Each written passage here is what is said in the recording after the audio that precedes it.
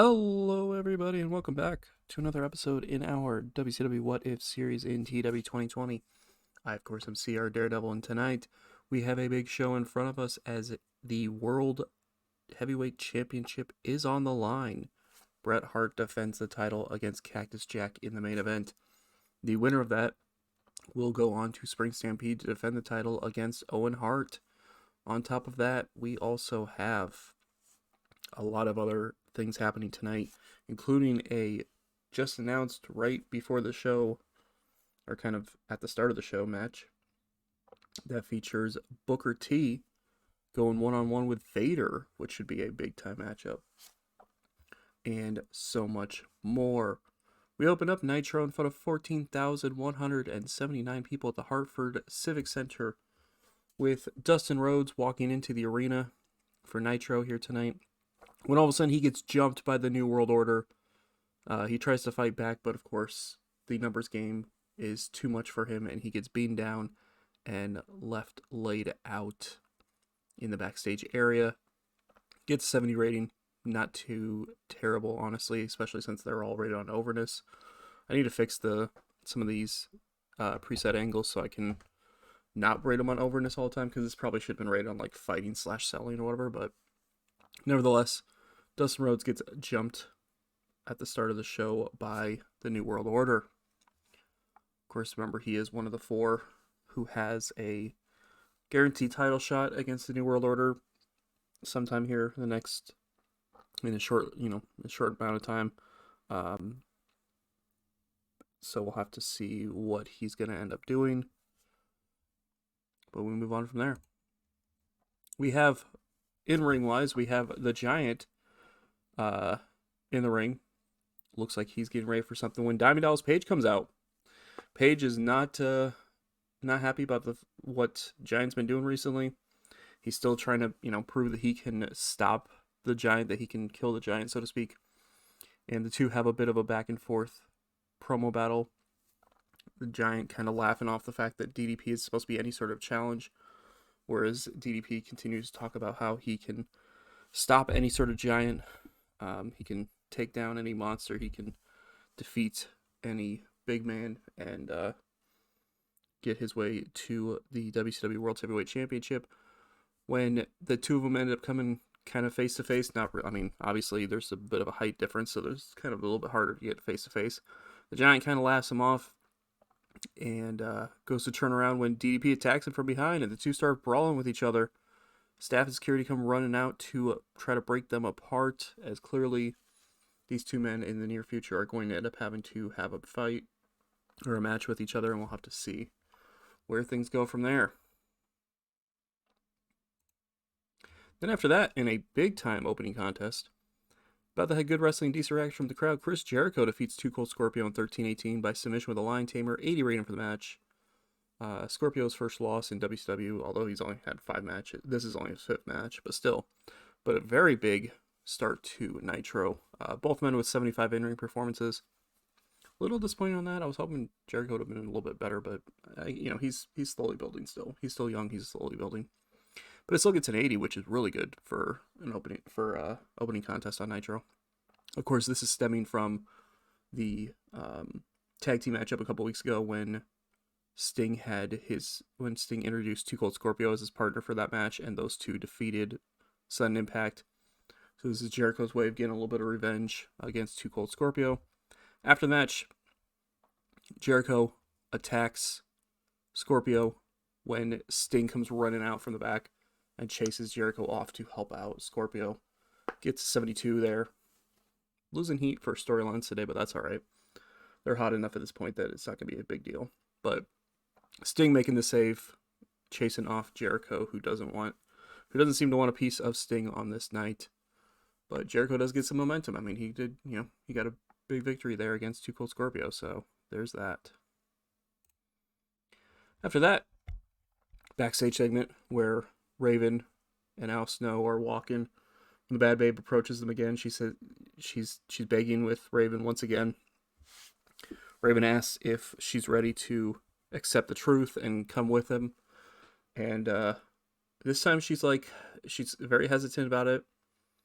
She says fine. If it means I get to go see Johnny, then fine. I will come with you. And so the three of them walk off together. So it looks like the Bad Babe's finally gonna get to see Johnny be bad, but she's gonna have to go with Raven and Al Snow somewhere. So who the hell knows where that's where that's going at all? But 69 rating for the segment here, nice. As we're gonna have to see where Raven and Al Snow are taking the Bad Babe. And after that, he's not in the ring for this, but Bret Hart is has one of his NWO videos. You know, black and white, shaky camera, all that kind of stuff. And he says that he's not worried about his the runt of the litter, Owen Hart. He's not worried about him because every single time that Bret has faced Owen, Bret's came out on top. Bret cannot be beaten by the runt of the Hart family, Owen Hart. He cannot be beaten by Owen Hart at all. And that Owen Hart, that Owen may have a lot of family history. He may be trying to sit there and try to use up all this anger after being defeated so many times in the past by Bret. Bret just conveniently forgetting about like WrestleMania 10's loss or anything like that. But he's convenient. He's saying that Owen Hart might have all this pent up anger and wants to take it out on Bret and wants to beat his big brother and wants to win the title and do all this fancy stuff.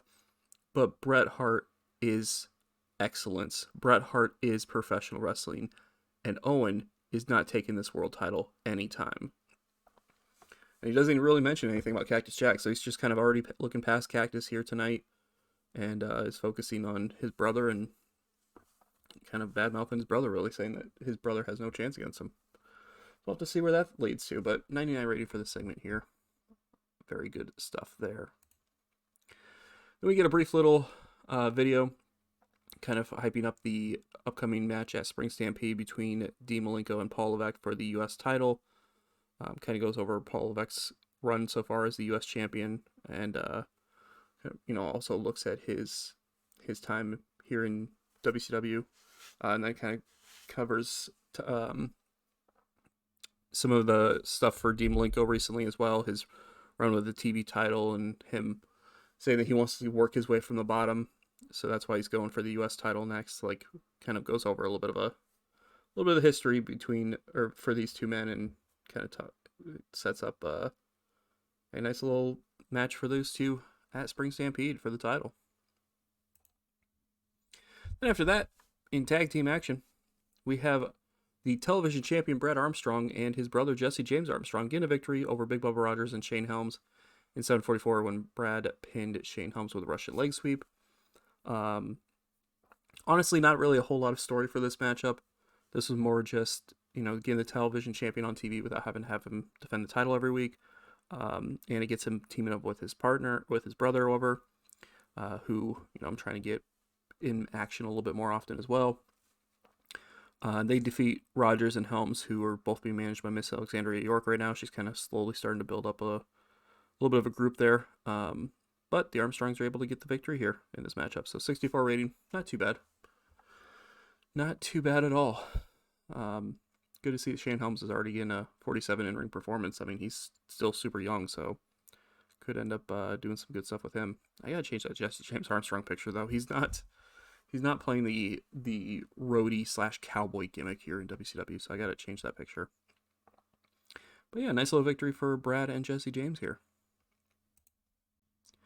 Then after that, Rikishi Fatu is backstage, and he is talking about Curt Hennig.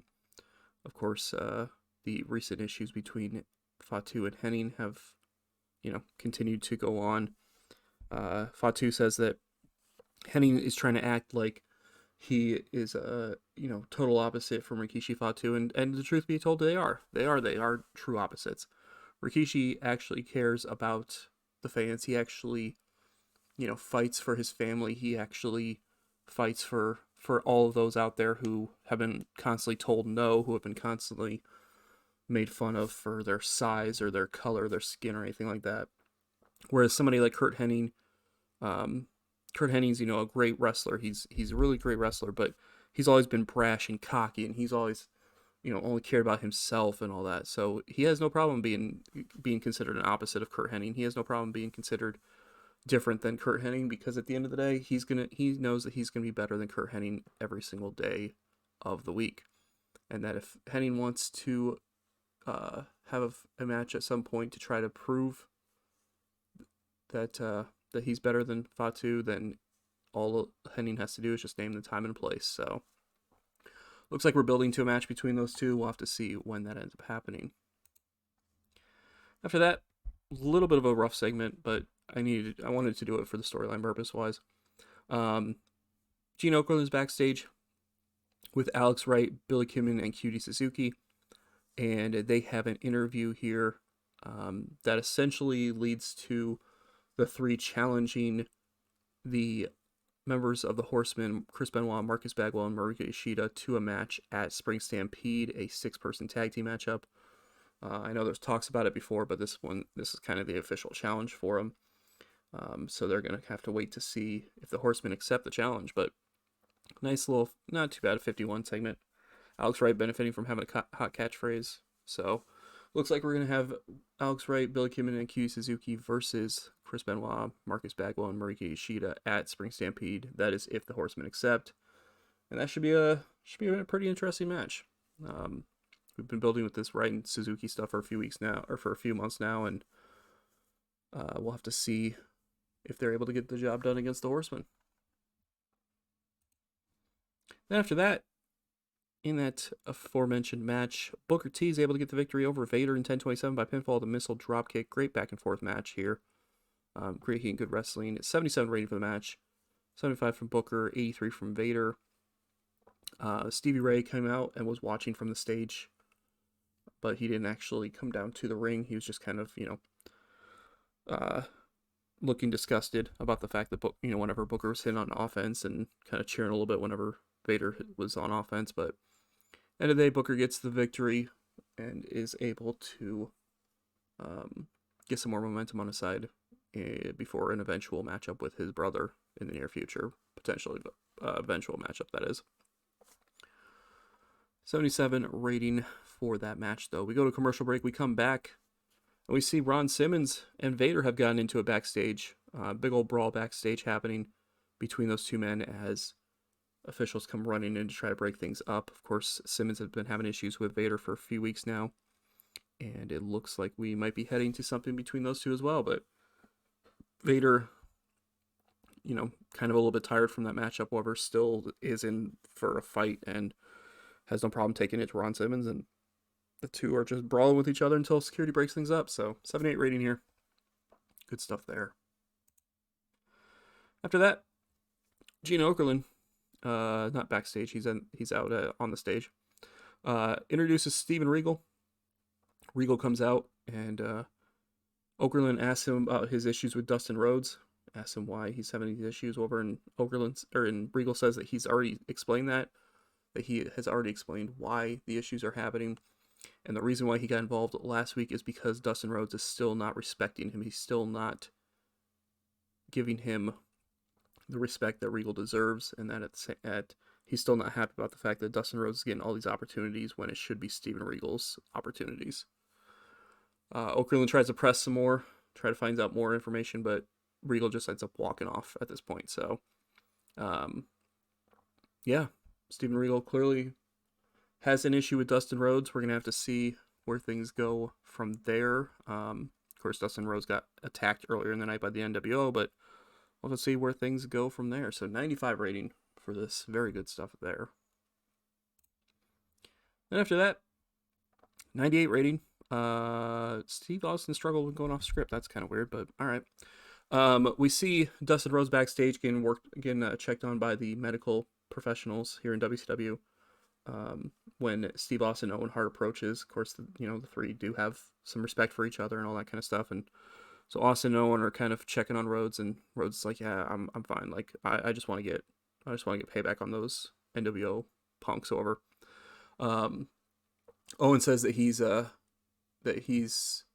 glad to see Dustin's all right. However, he's gonna go keep an eye on the main event. He wants to see if it ends up being Bret or Cactus that end up winning that matchup. So he kind of walks off, And Austin's kind of left there, and he's like, we both have we both have title opportunities that need to be used sooner rather than later. Dean Malenko's already using his shot at the U.S. title against Paul Levesque. Owen's already claimed his world title shot against Bret Hart. Instead of waiting for another shot at the world title, we could take it to the New World Order even more so now and team up to challenge for the tag titles at Spring Stampede. Dustin's like, that's actually not a bad idea. We'll think about it. We'll have to talk to Piper and think about it. So, kind of teasing the idea that Austin and Rhodes might actually team up to take on Jerry Lynn and Sean Waltman for the tag team titles at Spring Stampede. Obviously, both men, Rhodes recently challenging for the world title. Austin kind of right there in the world title picture. Obviously, seems like it might be a little above the tag team title picture, but it's still getting a chance to fight the NWO. They're still having a chance to potentially take on the New World Order and potentially even take championships away from the New World Order. So we'll have to see what ends up happening. Maybe these two will team up to take on Lynn and Waltman for the titles. Maybe they won't. We'll have to see. But kind of nice little tease there to see if the two may end up teaming up to try to win the tag team titles. Of course, both are former tag team champions in WCW themselves, but it's been years. Austin teamed up with Pillman to win the titles, and of course, Dustin Rhodes and Barry Windham were tag team champions. So, be interesting to see where things go from there. And then in the main event, in a 97 rated matchup, I knew this was going to do great, and I'm excited to see that. Maybe admittedly I wanted to see a 100, but I'll take it. I will take a 97. In the main event of Nitro, and about that had sensational wrestling and fantastic heat, Bret Hart defeats Cactus Jack in 22:35 by pinfall to victory roll to retain the WCW World Heavyweight Championship. During the match, we also had Brian Pillman run in and attack Cactus Jack as well. So, Brian Pillman attacked Cactus Jack to kind of lead to the victory for Bret Hart. Obviously, a big back and forth contest between those two, but end of the day, Bret Hart was able to get the victory, making defense number 4 of his title. 96 from Bret, 98 from Cactus Jack. Very, very hot main event. But at the end of the day, Bret Hart's still the champion, and now it seems like he's going to be going on to Spring Stampede to take on his brother for their title. So that should be a hell of a matchup there. Meanwhile, I just want to check dirt sheet really quick. So it's just the low heat for the storyline. So it could have been a 100 if the heat had been higher for the storyline, I guess. Afterwards, though, after the match, Cactus Jack gets assaulted by Brian Pillman and Ric Flair as Bret Hart just kind of rolls out and heads to the back. Eddie Guerrero then comes running out to make the save, helping out his recent friend, Cactus Jack, against Pillman and Flair. Of course, Flair and Guerrero are set to have that one-on-one match at Spring Stampede, which will be huge as well. 73 rating, kind of lost heat for the storyline, but that's all right. Nitro this week had a 94 rating, increasing popularity in 45 regions. Very, very good stuff there. Super excited about that. So there you go. Big time main event that saw Bret Hart retain the world title in a fantastic show. Absolutely killing it for us. Cannot go wrong with that at all. Ratings for the week. Once again, Nitro killing it again. Beating Roseanne again. Just like 40,000, a little over 40,000 away from 7 million viewers, which is absolutely insane. Raw pulled a 78 and 3.4 million viewers. Their show this week was main evented by Psycho Sid and Diesel defeating Jerry Lawler and Ultimate Warrior, which sounds insane in April of 1997. The fact that Jerry Lawler and the Warrior would be teaming up, period. But there is that. Also, I don't remember if I showed you guys this or not, but Brian Knobbs is the Intercontinental Champion in WWF right now. He won the title a few weeks ago. So he defeated Ahmed Johnson by DQ in a match that had been for the title. So, there's that. Not sure what to think about that at all. but uh, but yeah, I don't remember if I showed you guys. Now I'm thinking about it. I don't remember if I showed you.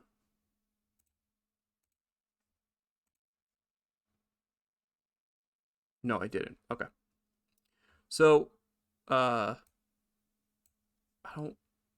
Yeah, I don't believe I showed you guys this, but WrestleMania happened. Um, WrestleMania happened a couple weeks ago, really in game. Um, WrestleMania 13 as it is. So the one that in real life was not that great, but this is the card for WrestleMania this year. We had you know so they have like 3 or 4 women's matches happening on their shows, which is pretty cool. Honestly, I got to give them credit because they're doing more with their women's division than I am at this point. But they had Akira Hokuto retain the WWF Women's title against Tomoko Kazumi. Um, they had Jeff Jarrett and King Kong Bundy defeat Men on a Mission, which sounds kind of weird in March of 1997 happening. They also had Tatanka and T Midnight, which I believe is PCO and Wolfie D, which is weird. Defeat Brian Clark, Honky Tonk Man, and Sergeant Slaughter. So that's something. Team Pinnacle defeated Team Crime and the Righteous Hammers for the WWF to World Tag Team titles. I believe Team Pinnacle. So Bob Holly and Henry O. Godwin are one of the teams. Is it Darso and Payne? Yeah. So Max Payne and Barry Darso are the tag team champions in WWF right now, which sounds weird. And of course, Glenn Jacobs and Shane Douglas are the other team in this. Brian Knobbs defeated Brutus for the Intercontinental title. That's when he won the title. He defeated him at WrestleMania for the title. Just look at those performances in ring.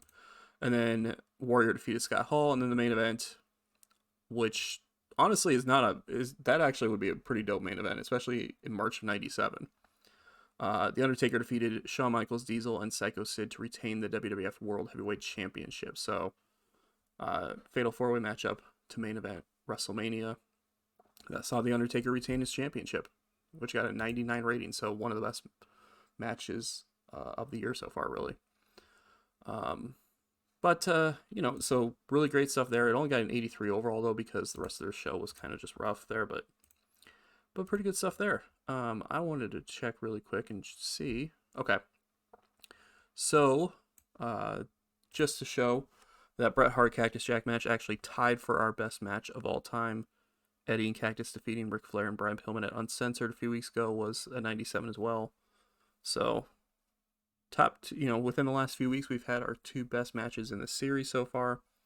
We're going to have to see if we can continue to get to that point and potentially pull off a 100 rated match. We'll have to see where things go from there.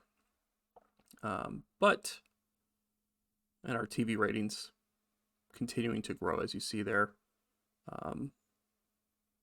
including the last 2 here in April, an 8.56 and an 8.63. So our TV ratings were just continuing to kill it there for sure.